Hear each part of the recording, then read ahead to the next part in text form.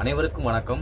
நம்ம இந்த வீடியோவில் என்ன பார்க்க போறோம்னா, கடந்த சில தினங்களுக்கு முன்பு நடந்த ஒரு பேரதிர்ச்சியான ஒரு சம்பவம். அதாவது உலகத்தையே ஒரு உலுக்கு உலுக்கியிருக்கு சொல்லலாம்.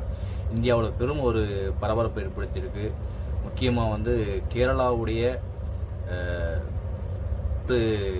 இடம் தேயிலை தோட்டம், ஒரு அடர்ந்த ஒரு சுற்றுலாத்தலம், ஒரு மகிழ்ச்சியான இடம் கூட.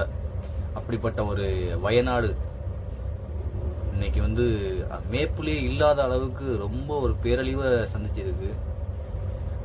ரொம்ப ரொம்ப பாதிக்கப்பட்டிருக்கு அந்த இடம். பெருவாரியான வீடுகள் மண்ணோட மண்ணா புதஞ்சிருச்சு. அங்கே வாழ்ந்த மக்கள் மண்ணோட மண்ணா புதஞ்சிட்டாங்க.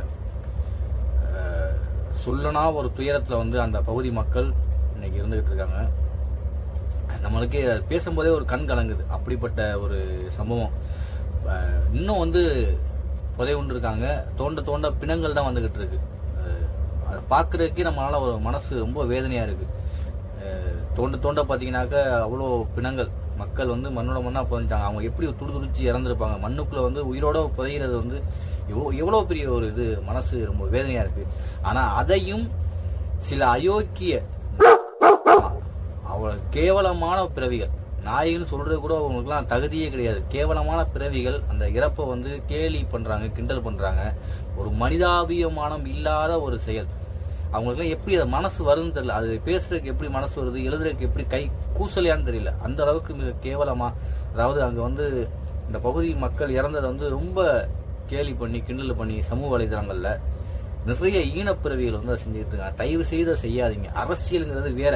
மக்களை, உயிரோட இருக்க மக்கள் நீங்க என்ன வேணா திட்டுங்க, எப்படி வேணாலும் விமர்சனம் பண்ணுங்க, கேலி பண்ணுங்க, கிண்டல் பண்ணுங்க.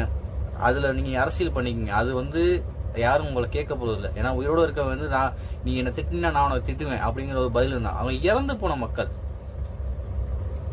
அவங்க என்னதான் பாவம் பண்ணியிருந்தாலும் சரி, நல்லது பண்ணியிருந்தாலும் சரி, அவங்க இறந்துட்டாங்க. இறந்து போனவங்களை உங்களுக்கு பேசுறதுக்கு எப்படி மனசு வருது, எழுதுறதுக்கு எப்படி கை உங்களுக்கு கூசலையா?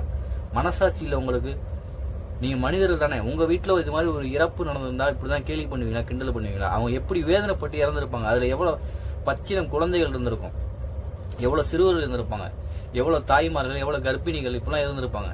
கொஞ்சமாச்சும் உங்களுக்கு இரக்கமே இல்லையா? நிறைய பேர் சமூக வலைத்தளங்களை திறந்தா, பேஸ்புக்கா இருக்கட்டும், ட்விட்டரா இருக்கட்டும், எதுல திறந்தாலும் பாத்தீங்கன்னாக்க மிக ரொம்ப ரொம்ப கேவலமா. அதாவது அந்த பகுதி மக்கள் நிறைய பேர் காங்கிரஸுக்கு ஓட்டு போட்டாங்க.